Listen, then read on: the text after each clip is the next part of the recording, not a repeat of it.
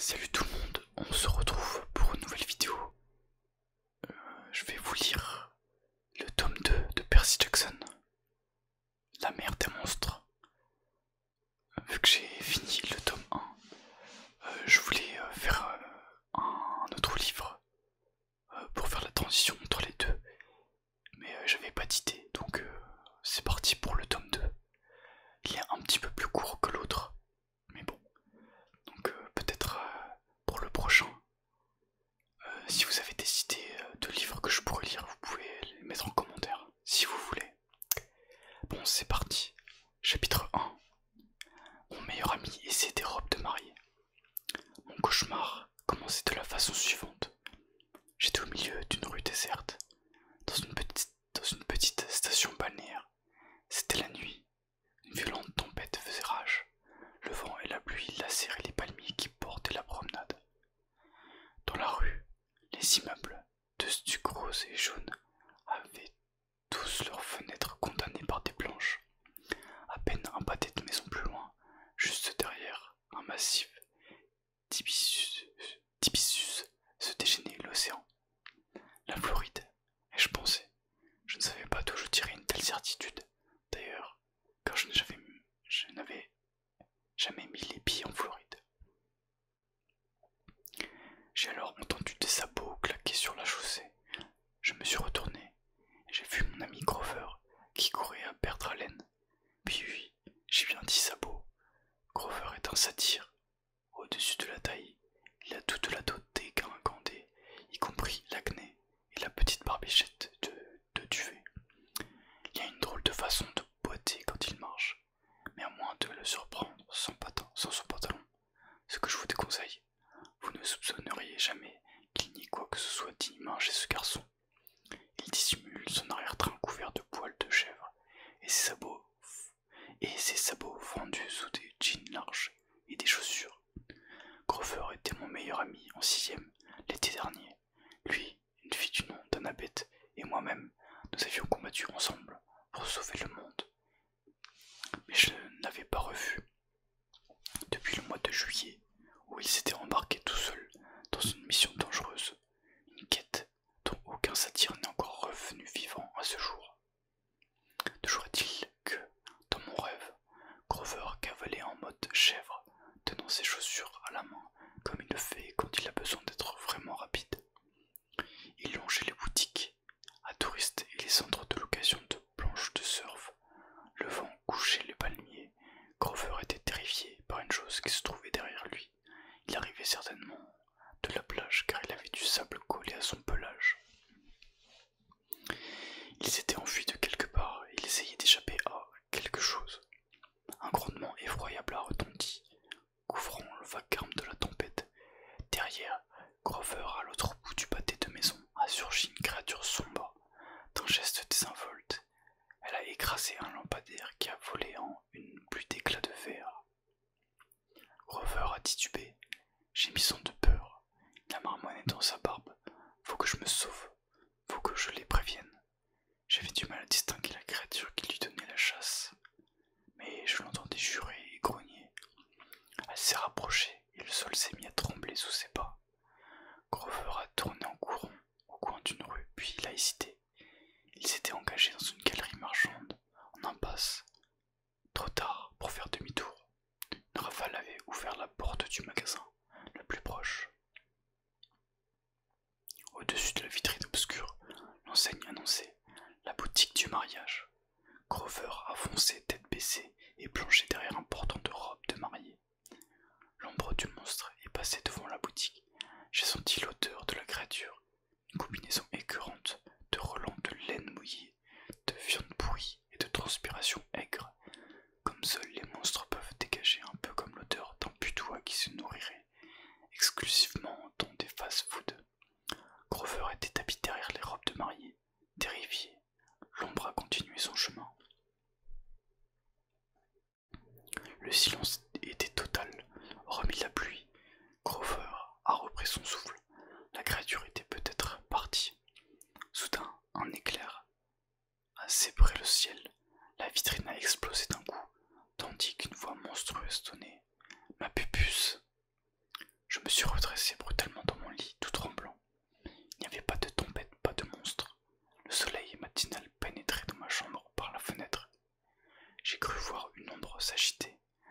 vitre, une forme humaine. Mais à ce moment-là, on a frappé à la porte. Maman a lancé: Percy, tu vas être en retard. Et l'ombre à la fenêtre a disparu. Mon imagination avait dû me jouer un tour. Une fenêtre du 4e étage, desservie par un vieil escalier de secours. Impossible qu'il y ait quelqu'un dehors. Allez, mon chéri, dépêche-toi, reprit maman. C'est le dernier jour d'école, tu devrais être excité, tu touches au but. J'arrive, suis-je parvenu à articuler. J'ai passé la main sous mon oreiller, mes doigts se sont refermés sur le stylo bille avec lequel je dormais toujours. Son contact m'a rassuré. Je l'ai sorti et j'ai examiné l'inscription en grec ancien gravée sur le côté. Anaglymos, turbulence. J'ai pensé à retirer le capuchon, mais quelque chose m'a retenu. Cela faisait si longtemps que je n'avais pas manié turbulence. En plus, maman m'avait fait promettre de ne plus utiliser d'armes à l'intérieur de l'appartement le jour où j'avais fait tournoyer un javelot dans la mauvaise direction, infligeant un sort funeste à son vaisselier. J'ai posé Anaglymos sur ma table de chevet et je me suis extirpé de mon lit.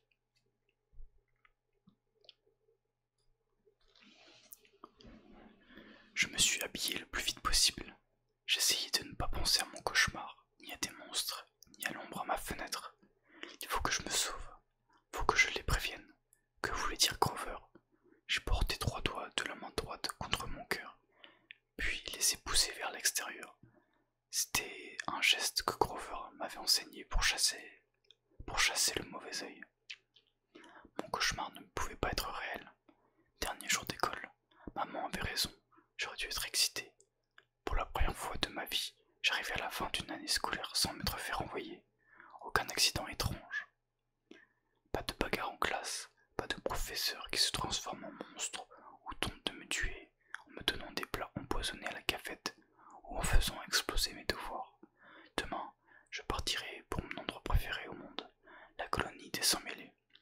Plus qu'une journée à tenir. À ce stade, même moi, je pouvais difficilement foirer. Comme d'habitude, j'étais loin de soupçonner l'étendue de mon erreur. Maman m'avait préparé des gaufres bleus et des œufs au plat bleu pour le petit déjeuner. C'était une habitude marrante qu'elle avait. Elle fêtait des grandes occasions avec de la nourriture bleue. Je crois que c'était sa façon à elle de dire que tout était possible. Percy pouvait passer en 5e. Les gaufres pouvaient être bleues. Ce genre de petit miracle. J'ai mangé à la table de cuisine pendant que maman faisait la vaisselle. Elle avait mis son uniforme de travail, une jupe bleue étoilée, assortie d'un chemisier rayé rouge et blanc. Quel parfait, qu'elle portait pour vendre des bonbons aux douceurs d'Amérique. Ses longs cheveux châtains étaient attachés en queue de cheval. Les gaufres étaient délicieuses, mais sans doute ne les dévorais-je pas avec mon appétit habituel. Maman a tourné la tête, sourcils froncés. Ça va, Percy? Ouais, super. Mais quand quelque chose me tracassait, maman le sentait toujours. Elle s'est essuyé les mains et s'est assise en face de moi. C'est l'école où? Inutile de finir. J'avais compris sa question. Je crois que Grover a des ennuis. Là-dessus, je lui ai raconté mon rêve. Elle a pincé les lèvres. Nous ne parlions pas beaucoup de l'autre partie de ma vie. Nous nous efforcions de vivre le plus normalement possible. Mais ma mère savait pour Grover. À ta place, je ne m'inquiéterai pas trop, mon chéri, a-t-elle dit. Grover est un grand satire. Maintenant, s'il y avait un problème, je suis sûr qu'on nous aurait averti, que quelqu'un de la colonie. Ses épaules se sont crispées quand elle a prononcé le mot colonie. Qu'est-ce qu'il y a? Ai-je demandé. Rien, écoute, cet après-midi nous allons fêter la fin de l'école. Je vais vous emmener, Tyson et toi, au Rockefeller Center. On ira à ce magasin de skateboard que tu aimes bien. Waouh, c'est trop tentant. À la maison, on courait toujours après l'argent. Entre les cours du soir de ma mère et les frais de scolarité de mon collège privé, il ne nous restait jamais de quoi nous offrir des extras comme un skateboard. Pourtant, quelque chose dans la voix de ma mère m'a mis la puce à l'oreille. Une seconde, je croyais que ce soir on faisait mes valises pour la colo. oreilles à la vête. Ah chérie, pour la colo, j'ai reçu un message de Chiron hier soir.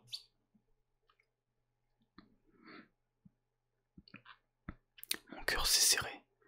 Chiron était le directeur des activités à la colonie des Sans-Mêlés. Il ne nous aurait jamais contactés s'il ne se passait pas quelque chose de grave. Qu'est-ce qu'il a dit? Il pense que ce ne serait peut-être pas très sûr pour toi d'aller à la colonie tout de suite. Il va peut-être falloir repousser ton départ. Repousser? Maman, mais pourquoi ce ne serait pas sûr? Je suis un sans-mêlé. C'est le seul endroit sûr pour moi sur cette planète. En temps normal, mon chéri. Mais vu les problèmes qu'ils ont, on se... Quel problème? Percy, je suis vraiment désolé, je t'assure. J'espérais pouvoir t'en parler cet après-midi. Je ne peux pas tout expliquer maintenant, et je ne suis même pas sûr que Chiron puisse. Tout s'est passé de façon très soudaine. Mon esprit s'emballait. Comment pouvais-je ne pas aller à la colonie? Mais une question me montait aux lèvres. Mais à ce moment-là, la pendule de la cuisine a sonné, la demi. Maman a eu l'air presque soulagée. 7h30. Chérie, il faut que tu y ailles. Tyson va t'attendre. Mais, Percy, nous en parlerons cet après-midi. Maintenant, va à l'école. C'était bien la dernière chose que j'avais envie de faire. Mais ma mère avait une ombre de vulnérabilité dans le regard, comme un avertissement que si j'insistais trop, elle se mettrait à pleurer. En plus, elle avait raison pour mon ami Tyson. Il fallait que je le retrouve au métro à l'heure, sinon il paniquerait. Il avait peur de prendre le métro tout seul. J'ai rassemblé mes affaires, mais je me suis arrêté sur le pas de la porte. Non, ce problème à la colonie, tu crois que ça pourrait être lié à mon rêve sur Grover? Elle a évité mon regard. On en reparlera cet après-midi, mon chéri. Je t'expliquerai ce que j'ai pu comprendre. À contre-cœur, je lui ai dit au revoir. Puis j'ai dévalé l'escalier 4 à 4 pour aller prendre la ligne 2. Je l'ignorais à ce moment-là, mais maman et moi n'allions pas avoir l'occasion de discuter cet après-midi-là. En fait, je n'allais pas revoir ma maison de sitôt. En sortant de la rue, j'ai jeté un coup d'œil à l'immeuble d'en face. Une brève seconde, j'aperçus une forme sombre dans la lumière du soleil matinal. Une silhouette humaine qui se dessinait contre le mur de briques. Une ombre qui n'appartenait à personne. Puis, en ondoyant, elle s'est évanouie. Chapitre 2. Je joue au ballon avec des cannibales. La journée a commencé de façon normale, du moins dans la mesure où les choses peuvent être normales au collège Merriweather. Merriweather, qui se trouve au sud de Manhattan, est une école de la mouvance éducation nouvelle, ce qui veut dire qu'on s'assit sur des fauteuils boire et non derrière des bureaux, qu'on n'est pas noté et que les profs viennent travailler en jean et t-shirt de concert de rock. Moi ça me va bien, vous comprenez, comme la plupart des sans-mêlés, je suis dyslexique et je souffre d'un syndrome d'hyperactivité avec des vicis de l'attention. Vous pouvez donc imaginer que je n'étais pas très brillant dans les écoles normales, avant même d'en arriver au moment inévitable où je me faisais renvoyer. L'unique reproche que je ferais à Merriweather, c'est que les profs regardaient toujours les choses du bon côté, alors que les élèves n'avaient pas toujours que des bons côtés. Prenez par exemple mon premier cours de la journée, anglais. Toutes les classes avaient lu un livre qui s'appelle Sa Majesté des Mouches, dans lequel une bande de gamins se retrouve abandonnés sur une île déserte et pètent les plombs. Alors pour l'examen de fin d'année, nos profs nous ont tous envoyés dans la cour de récré, passer 1 heure seuls, sans surveillance, pour voir ce qui se passerait. Ce qui s'est passé, c'est un concours géant de frites sur les fesses, entre les 5e et les 4e. 2 bagarres de gravier et une partie de basketball sauvage. Matt Sloan, la brute de l'école, dirigeait la plupart de ces activités. Sloan n'était ni grand ni fort,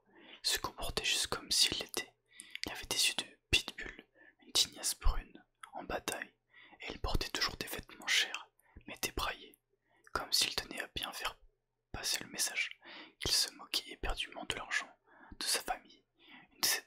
Une de ses dents de devant était cassée, souvenir du jour où il avait emprunté la Porsche de son père pour une virée et percuter un panneau, ralentir zone scolaire. Bref, Sloan distribuait joyeusement des frites à la ronde, jusqu'au moment où il en a eu la mauvaise idée de s'en prendre à mon ami Tyson. Tyson était le seul jeune du collège Merryweather à vivre à la rue. D'après ce que maman et moi avions compris, ses parents l'avaient abandonné quand il était encore tout petit, parce qu'il était tellement différent. Il mesurait 1,90 m et il était bâti comme l'abominable homme des neiges, mais il pleurait pour un rien, et pratiquement tout lui faisait peur, à commencer par son propre reflet. Son visage était quelque chose de vaguement difforme et animal. Je n'aurais pas su dire la couleur de ses yeux, car je n'arrivais jamais à lever le regard plus haut que ses dents de travers. Il avait une voix grave, mais parlait d'une drôle de façon, comme un môme bien plus jeune. Je crois que c'était parce qu'il n'était jamais allé à l'école avant d'entrer à Merryweather. Il portait des jeans déchirés, des baskets grasseuses taille 54 et une chemise de lainage écossaise pleine de trous. Il dégageait l'odeur d'une ruelle de New York parce que c'était là qu'il vivait, à l'intérieur d'un carton à réfrigérateur, dans une ruelle qui donnait sur la 72e rue. Le collège l'avait adopté dans le cadre de l'aide sociale de proximité pour que tous les élèves puissent se donner bonne conscience. Malheureusement, pour la grande majorité d'entre eux, ils ne supportaient pas Tyson. Alors, après avoir découvert que, sous ses dehors effrayants de grosses brutes baraquées, Tyson était une bonne patte, il s'amusait à le persécuter. En gros, j'étais son seul ami, ce qui voulait dire aussi qu'il était mon seul ami. Maman estimait que l'école n'en faisait pas assez pour lui, et elle s'en était plainte auprès de la direction 1 million de fois. Elle avait aussi appelé les services sociaux à maintes reprises, sans aucun résultat. Les travailleurs sociaux affirmaient que Tyson n'existait pas. Ils juraient qu'il s'était rendu dans la ruelle que nous leur avions décrite et qu'ils ne l'avaient pas trouvé. Bien qu'on se demande comment il est possible de rater un gosse géant qui bivouaque dans un carton à frigo, Matt Sloan, donc, est arrivé furtivement derrière Tyson et a tenté de lui faire une frite, ce qui a paniqué Tyson. Il a réagi par un revers de main un peu trop brutal. Sloan a voltigé 4 bons mètres plus loin et s'est planté dans la balançoire en pneu des petits. Espèce d'abruti, a-t-il hurlé, retourne dans ton carton. Tyson a éclaté en sanglots. Il s'est écroulé sur la cage aux écureuils, si lourdement que les barreaux se sont tordus, et a enfoui la tête dans ses mains. Retire ça, Sloan, ai-je crié. Sloan m'a toisé en ricanant. Pourquoi tu tombais, Jackson? Tu aurais peut-être des amis si tu ne prenais pas tout le temps la défense de cet abruti. J'ai serré les poings. Je sentais mon visage me cuire et j'espérais que ce n'était pas en train de virer au rouge tomate. C'est pas un abruti, il est juste. Je cherchais le mot exact, mais Sloan n'écoutait pas.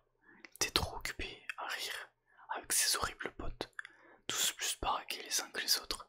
Était-ce mon imagination, ou Sloan avait-il plus de spire que d'habitude? D'ordinaire, je le voyais affublé de 2 ou 3 acolytes, mais ce jour-là, il y en avait une bonne demi-douzaine, en plus, que j'étais presque certain de n'avoir jamais vu. Attends le cours de gym, Jackson, m'a lancé Sloan.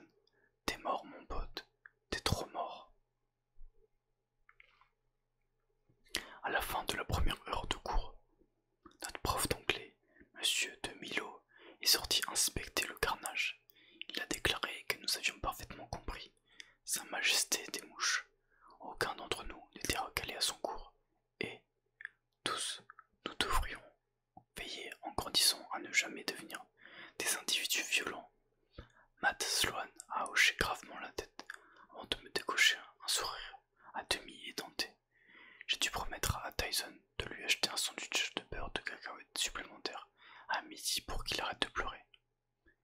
Est-ce que... Est-ce que je suis un abruti? Non, lui ai-je assuré en serrant les dents. C'est Matt Sloan l'abruti. T'es un bon copain, dit Tyson en reniflant. Tu vas me manquer l'année prochaine si je ne peux pas. Sa voix tremblait. J'ai compris qu'il ignorait s'il serait invité à revenir au collège l'année prochaine dans le cadre du projet d'aide sociale de proximité. Je me suis demandé si le directeur s'était donné la peine de lui en parler. T'inquiète pas, grand Lascar, suis-je parvenu à dire, tout se passera bien. Tyson m'a regardé avec tant de reconnaissance que je me suis fait l'effet d'un menteur pas tenté. Comment pouvais-je promettre à un garçon comme lui que quoi que ce soit se passerait bien? Notre examen suivant était en chimie. Madame Tesla nous a expliqué que nous devions mélanger des produits chimiques pour parvenir à produire une explosion. Tyson était mon partenaire de labo. Il avait des mains beaucoup trop grandes pour les minuscules fioles que nous étions censés manipuler. Sans le vouloir, il a fait tomber un plateau de produits chimiques de la paillasse et déclenché un nuage de fumée orange dans la corbeille à papier. Après avoir évacué le laboratoire et appelé l'équipe d'enlèvement des substances toxiques, Madame Tesla nous a félicités, Tyson et moi, pour nos dons naturels de chimistes. Nous étions les premiers élèves à réussir son examen haut la main en moins de 30 secondes. J'étais content que la matinée s'écoule aussi vite, car ça m'empêchait de trop réfléchir. Je ne supportais pas l'idée qu'il puisse y avoir un problème à la colonie. Pire encore, je n'arrivais pas à chasser mon cauchemar de mon esprit. J'avais l'horrible impression que Grover était en danger, en géographie, pendant que nous dessinions des cartes selon le quadrillage latitude-longitude. J'ai ouvert mon classeur et regardé la photo que je gardais à l'intérieur. Mon amie Annabeth, en vacances à Washington, ses longs cheveux blonds étaient retenus en arrière par un bandana. Elle était debout devant le Lincoln Memorial, les bras croisés et l'air extrêmement satisfaite, comme si c'était elle qui avait dessiné les plans de l'édifice. Vous comprenez, Annabeth rêve d'être architecte plus tard, alors elle passe son temps à visiter les monuments célèbres. C'est son truc. Elle m'a envoyé la photo par email après les vacances de printemps, et j'aime bien y jeter un coup d'œil pour me rappeler qu'elle existe pour de vrai, et que la colonie des sangs mêlés n'est pas le fruit de mon imagination. J'aurais bien aimé qu'Annabeth soit là. Elle aurait su interpréter mon rêve. Je ne l'aurais jamais admis devant elle, mais elle était plus intelligente que moi, aussi agaçant que cela puisse être parfois. Au moment où j'allais refermer mon classeur, Matt Sloan a tendu le bras et arraché la photo. Et ai-je protesté? Sloan a regardé la photo en écarquillant les yeux. J'y crois pas, Jackson, qui sait? Ça peut pas être tard. Rends-moi ça. Je sentais mes oreilles me cuire. Sloan a tendu la photo à ses horribles copains qui se sont mis à ricaner avant de la déchirer en petits morceaux et d'en faire des boulettes. C'étaient des nouveaux et ils étaient sans doute seulement de passage parce qu'ils portaient tous ces badges ridicules que distribue le secrétariat. Salut, je m'appelle. Il devait avoir un sens de l'humour assez spécial aussi parce qu'il avait écrit des noms bizarres du genre suceur de moelle, gros cœur de crâne, Joe Bob. Aucun être humain n'a ce genre de nom. Ces gars vont venir à l'école l'année prochaine, a lancé Sloan d'un ton fanfaron, comme si ça devait me terrifier. Je parie qu'ils peuvent payer leurs frais de scolarité, eux, pas comme ton copain le taré. Il n'a rien de taré. Je devais vraiment me faire violence pour ne pas lui envoyer mon poing dans la figure. T'es un vrai loser, Jackson. Heureusement pour toi, je vais mettre fin à tes souffrances au prochain cours. Ces énormes copains mastiquaient ma photo. Je mourrais d'envie de les réduire en bouillie, mais j'avais reçu des ordres très stricts de Jérôme. Ne jamais passer ma colère sur des mortels ordinaires, aussi odieux soient-ils. Je devais réserver mes forces pour me battre avec des monstres. Il n'empêche, je ne pouvais pas m'empêcher de me dire, dans un coin de ma tête, si seulement Sloan savait qui je suis. la sortir de la salle, une voix de fille a murmuré « Percy ». J'ai regardé du côté des casiers, mais personne ne m'a accordé la moindre attention, comme si une fille de Merryweather allait prendre le risque. Le risque qu'on l'entende m'adresser la parole, avant que j'aie le temps de me demander si oui ou non, j'entendais des voix. Une bande d'enfants s'est ruée en courant vers le gymnase, nous entraînant Sloane et moi dans la mêlée. C'était l'heure du cours de gym. Notre prof nous avait promis une partie de ballon prisonnier, et Matt Sloane avait promis de me tuer. Un Merryweather, la tenue de sport se composait d'un short bleu ciel et d'un t-shirt en tie-dye. Heureusement, presque toutes nos activités sportives se faisaient en intérieur. Ça nous dispensait de parcourir les rues du quartier attivés comme une bande d'enfants, de hippies en camp d'entraînement. Je me suis changé le plus vite possible dans les vestiaires, parce que je n'avais pas envie de me coltiner Sloane. Je l'ai sortir quand Tyson m'a lancé. Percy. Il ne s'était pas encore changé. Il était debout devant la salle des bois, serrant sa tenue de gym contre lui. Est-ce que... Ah ouais. J'ai essayé de ne pas paraître contrarié. Oui, bien sûr, mec. Tyson a disparu dans la salle des bois. J'ai monté la garde devant la porte pendant qu'il se changeait. Ça me faisait un peu bizarre, mais il me demandait presque tous les jours, je crois, que c'est parce qu'il a le corps complètement velu et qu'il a de drôles de cicatrices sur le dos. Je n'ai jamais eu le courage de lui poser la question. De toute façon, je savais pour l'avoir vu de mes yeux que si des gens se moquaient de Tyson quand il se déshabillait, il se fâchait et se mettait à arracher les portes des casiers. Quand nous sommes entrés dans le gymnase, Monsieur Nunley, assis à son bureau, lisait le magazine du sport. Nunley devait avoir 1 million d'années. Il portait des lunettes à double foyer, il n'avait pas de dents, et ses cheveux étaient gris, gras et vaguement ondulés. Il me rappelait l'oracle de la colonie des emmêlés, lequel était une vieille momie ratatinée. À cette différence près que Monsieur Nunley bougeait beaucoup moins et qu'il ne dégageait jamais de fumée verte, du moins à ma connaissance. Monsieur Nunley a demandé Matt Sloane. Je peux être chef d'équipe? Hein? Nunley a levé le nez de sa revue. Ouais. Sloane a souri et s'est mis à choisir ses joueurs. Il m'a nommé chef de l'autre équipe, mais peu importait qui je choisissais puisque tous les gars sportifs et populaires se mettaient du côté de Sloane. Les nouveaux venus en ont fait autant. De mon côté, j'avais Tyson, Corey, Baylor, le fêlé d'informatique Raj Mandali, le génie de l'arithmétique et une demi-douzaine de garçons qui se faisaient toujours tyranniser par Sloane et sa bande. Normalement, Tyson m'aurait suffi comme renfort, à lui seul.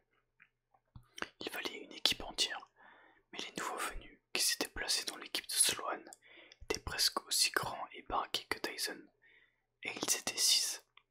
Matt Sloane a vidé un casier plein de ballons au milieu du gymnase. J'ai peur, a grommelé Tyson. Je sens une odeur bizarre. Intrigué, je l'ai regardé. Qu'est-ce qui sent bizarre?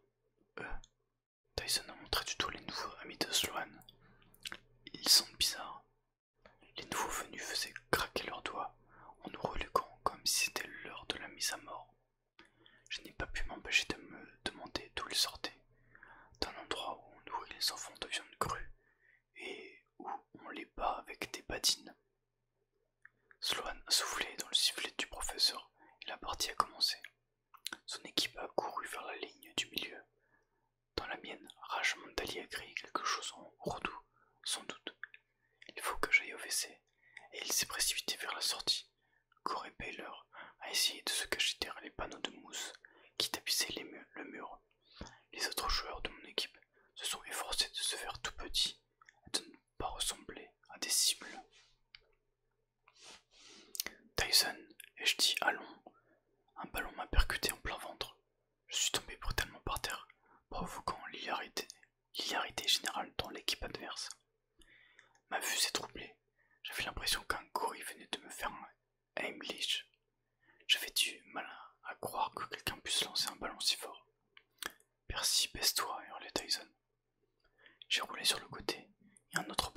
passé au ras de l'oreille, à la vitesse du son. Il s'est écrasé contre le panneau de mousse, et Corey Baylor a poussé un glacissement. Ai-je crié à l'équipe de Sloan, vous pourriez tuer quelqu'un. Le dénommé Joe Bob m'a décoché un sourire mauvais.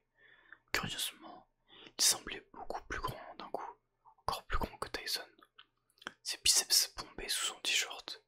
J'espère bien, Percy Jackson, j'espère bien. J'ai frissonné en l'entendant dire mon vrai nom. Personne ne m'appelle Percy, en dehors des gens qui connaissent ma véritable identité, les amis et les ennemis. Qu'avait dit Tyson?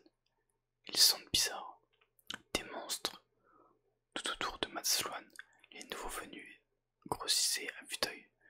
Ce n'étaient plus des enfants à présent, mais des géants de 2,50 m, aux yeux sauvages, aux dents pointues, aux bras poilus et tatoués de serpents, de vainés et de cœurs transpercés.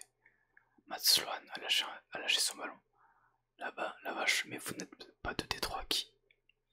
Les autres garçons de son équipe ont hurlé et sont partis en courant vers la porte. Mais le géant du nom de suceur de moelle a lancé un ballon avec une précision redoutable. À l'instant même où Raj Mandali allait sortir, le ballon lui est passé sous le nez et s'est écrasé sur la porte, la refermant hermétiquement comme par magie. Raj et quelques autres se sont mis à taper dessus avec désespoir, mais la porte ne bougeait pas d'un pouce. Laissez-les partir, ai-je crié. Le dénommé Joe Bob m'a toisé en grognant. Il avait un tatouage sur le biceps qui disait JB aime chouchou. Pour perdre nos morceaux de choix. Non, fils du dieu de la mer, nous autres, les Strigons, nous ne jouons pas cette partie seulement pour devoir mourir. Nous voulons casser la croûte. D'un geste de la main, il a fait apparaître une nouvelle série de ballons sur la ligne du centre. Mais ces ballons n'étaient pas en caoutchouc rouge, ils étaient en bronze, gros comme des boulets de canon, perforés comme des balles de bowling. Ils crachaient du feu par les trous, ils devaient être brûlants. Pourtant, les géants les attrapaient à main nue. Monsieur Nunley, monsieur, j'ai crié. Nunley a levé la tête, les rendormit. Mais s'il a remarqué quoi que ce soit d'étrange dans notre partie de ballon de prisonnier, il ne l'a pas montré. C'est le problème avec les mortels. Une force obscure qu'on appelle la brume dissimule les monstres et les tue à leurs yeux de sorte qu'ils ont tendance à ne voir que ce qu'ils sont à même de comprendre. Si ça se trouve, notre prof de gym n'a vu que quelques quatrièmes collants racler à des élèves plus jeunes, comme d'habitude. Si ça se trouve, les autres garçons voyaient les spires de Matt Sloan se préparer à lancer des cocktails Molotov à la ronde. Ce qui n'aurait pas été une première en tout cas. J'étais sûr que personne ne se rendait compte que nous avions affaire à de véritables monstres mangeurs d'hommes. Ouais, a grommelé Nunley, jouez bien. Sur ces mots, il a replongé le nez dans son magazine. Le géant nommé Croqueur de crâne a lancé son ballon. J'ai piqué de côté tandis que la comète de bronze enflammée fendait l'air à hauteur de mon épaule. Corey et hurlé. Tyson l'a extirpé de derrière le panneau de mousse, à l'instant même où le ballon de feu s'y écrasait, le réduisant en lambeaux fumants. Sauvez-vous, ai-je crié à mes joueurs. Par l'autre sortie. Ils se sont rués vers les vestiaires, mais obéissant à un autre geste de Joe Bob, cette porte a claqué elle aussi. Personne ne sort avant d'être éliminé, a rugi Joe Bob, et personne n'est éliminé avant d'être mangé. À son tour, il a projeté sa boule de feu. Mes joueurs se sont éparpillés quand elle a explosé au sol en creusant un cratère. J'ai voulu attraper Turbulence, que je garde toujours dans ma poche, mais je me suis soudain rappelé que j'étais en short de gym. Pas de poche. Turbulence était dans la poche de mon jean, à l'intérieur de mon casier, et la porte des vestiaires était barrée. J'étais totalement sans défense. Une autre boule de feu a fusé dans ma direction. Tyson m'a poussé hors de sa trajectoire, mais le souffle de l'explosion m'a quand même envoyé cul par-dessus tête. Je me suis retrouvé les quatre fers en l'air,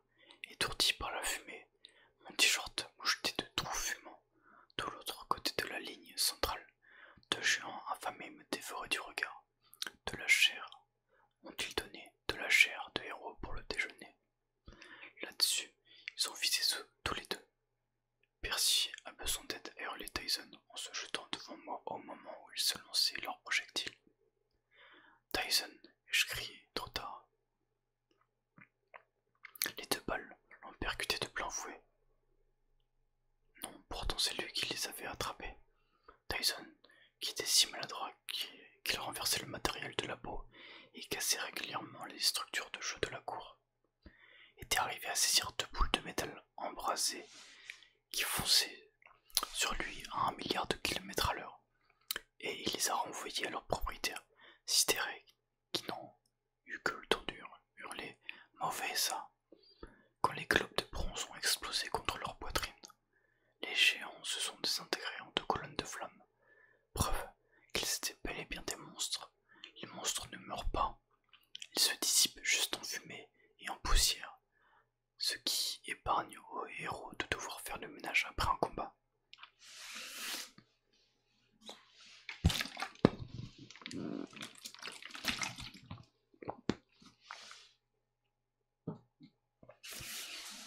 Mes frères, a gémi Joe Bob, le cannibale. Il a contracté ses muscles et son tatouage chouchou s'est bombé. Tu vas payer pour leur destruction. Tyson, monsieur, j'ai exclamé, attention. Une nouvelle comète déboulait dans notre direction. Tyson a eu juste le temps de l'écarter d'un revers de paluche. Elle est partie droit au-dessus de la tête de Nunley et s'est écrasée dans les gradins avec un boom retentissant. Il y avait des enfants qui couraient dans tous les sens en hurlant, essayant d'éviter les cratères fumants qui trouaient le sol. D'autres qui tambourinaient sur la porte en appelant au secours.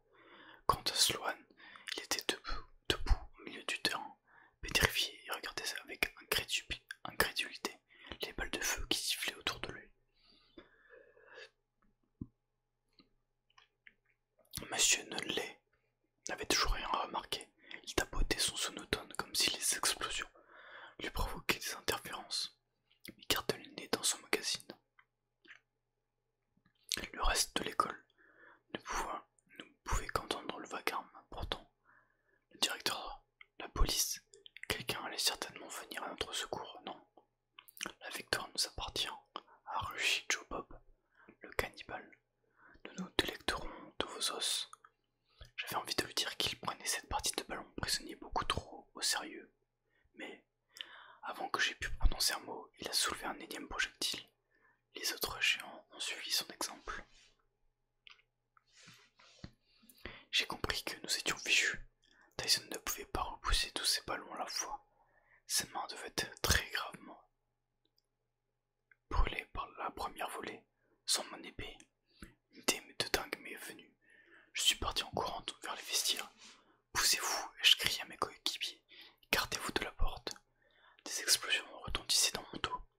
Tyson avait réexpédié 2 des ballons vers leur propriétaire, les réduisant en cendres.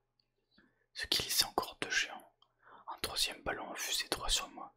Je me suis forcé à attendre 1 seconde, 2 secondes, puis j'ai plongé de côté, tandis que le globe de feu démolissait la porte des vestiaires. Je supposais que la quantité de gaz accumulée dans la plupart des casiers des garçons était suffisante pour provoquer une explosion. Je n'ai donc pas été étonné de voir le ballon déclencher un raz-de-marée de flammes. Tchou! Le mur a volé en éclats. Des portes de casiers, des chaussettes, des photos de sportifs et divers autres effets personnels, plus ou moins ragoûtants, se sont répandus dans tout le gymnase.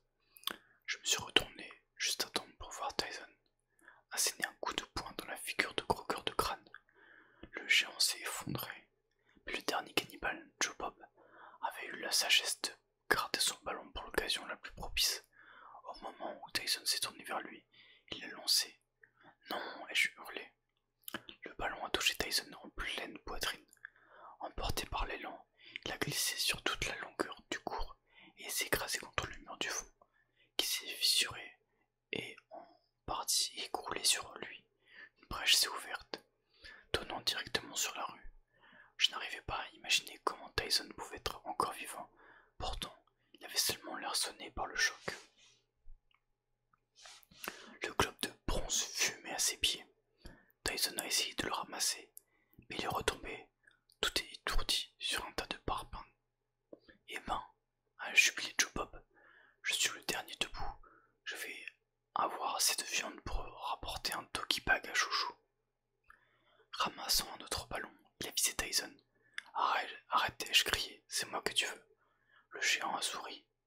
Tu veux mourir le premier, jeune héros. Il fallait que je fasse quelque chose. Turbulence devait être dans les parages. C'est alors que j'ai repéré mon jean dans une pile de vêtements fumants, juste au pied du géant. Si seulement je pouvais y accéder. Je savais que c'était désespéré, mais je me suis élancé. Voilà mon déjeuner, Harry le géant, en levant le bras pour son lancer. Je me suis préparé à mourir. Soudain, le géant s'est raidi, sans expression, et est passé de la jubilation à la surprise, à l'emplacement exact de son nombril.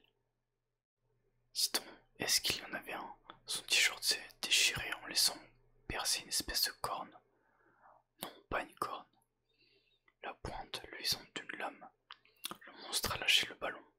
Il regardait sidéré le couteau qui venait de le transpercer par derrière. Oh, a-t-il grommelé avant d'exploser en nuage de flammes vertes, ce qui allait sans doute beaucoup chagriner Joujou. Debout dans la fumée se tenait mon ami Annabeth. Sa figure était toute sale et égratignée. Elle avait un sac à dos déchiré, jeté sur l'épaule, sa casquette de baseball fourrée dans sa poche, un poignard de bronze à la main et un regard fou dans ses yeux gris d'orage, comme si elle venait d'échapper à des fantômes qui l'auraient pourchassée sur des milliers de kilomètres. Matt Sloan, qui était resté planté là tout du long, complètement hébété, s'est enfin ressaisi. Il a dévisagé Annabeth en clignant des yeux, comme s'il la reconnaissait vaguement de la photo dans mon classeur. C'est la fille, c'est la fille. Annabeth lui a asséné un coup de poing sur le nez, qu'il a envoyé dans les pommes. Et toi, lui a-t-elle dit, tu laisses mon pote tranquille. Le gymnase était en feu. Les enfants couraient dans tous les sens, poussant des cris de panique. J'ai entendu le hurlement des sirènes, puis une voix brouillée par l'interphone. Alors, à travers les panneaux vitrés des portes de sortie, j'ai aperçu le directeur, Monsieur Bonsai, qui se bagarrait avec la serrure. Une foule de profs se pressait derrière lui. Annabeth, ai-je bafouillé comment as-tu? Ça fait combien de temps que... Pratiquement toute la matinée, elle a glissé son couteau de bronze dans son fourreau. J'essayais de trouver un bon moment pour te parler, mais tu n'étais jamais seul. Cette ombre que j'ai vue ce matin, c'était... Je me suis senti rougir. Par les dieux, de regarder par la fenêtre de ma chambre. J'ai pas le temps de t'expliquer, a-t-elle répliqué d'un ton sec. Même si ses joues sont pourprées aussi, je ne voulais pas. Ça y est, a crié une femme. Les doubles portes ont cédé, les adultes ont déferlé dans le gymnase. Retrouve-moi dehors, m'a glissé Annabeth, et lui aussi. Elle a montré du doigt Tyson, qui était toujours KO contre le mur. Elle lui a décoché un regard haineux, que je n'ai pas bien compris. Tu ferais mieux de l'amener. Quoi? Pas le temps, dépêche-toi. Elle a remis sa casquette de baseball, qui était un cadeau magique de sa mère, et a disparu instantanément. Et je me suis retrouvé seul, au milieu du gymnase, en flammes, quand le directeur a déboulé avec la moitié des profs du collège et 2 agents de police. Percy Jackson a fait Monsieur Bonsai. Qu'est-ce que... Comment? Au fond, au pied du mur démoli, Tyson s'est relevé du tas de parpaings en gémissant. Tête fait mal. Matt Sloan reprenait ses esprits. Lui aussi, il a dardé sur moi, un regard terrifié, puis s'est écrié. C'est Percy, Monsieur Bonsai. Percy a mis le feu à l'immeuble. Monsieur Nunley pourra vous le dire, il a tout vu. Monsieur Nunley n'avait pas cessé tout du long de lire son magazine, consciencieusement, mais, pour ma malchance, il a choisi juste le moment où Sloan prononçait son nom pour relever le nez. Hein? Ouais. Les autres adultes se sont tournés vers moi. Je savais que même si je pouvais leur dire la vérité, ils ne me croiraient jamais. J'ai récupéré Turbulence dans la poche de mon jean, en lambeaux, cria Tyson, viens avec moi, et sauté par la brèche du mur éventré. Voilà, c'est déjà la fin du chapitre 2, et la fin de cette première vidéo sur le tome 2 de Percy Jackson, la mer des monstres. Ça a l'air pas mal, dans la continuité du tome 1 du coup.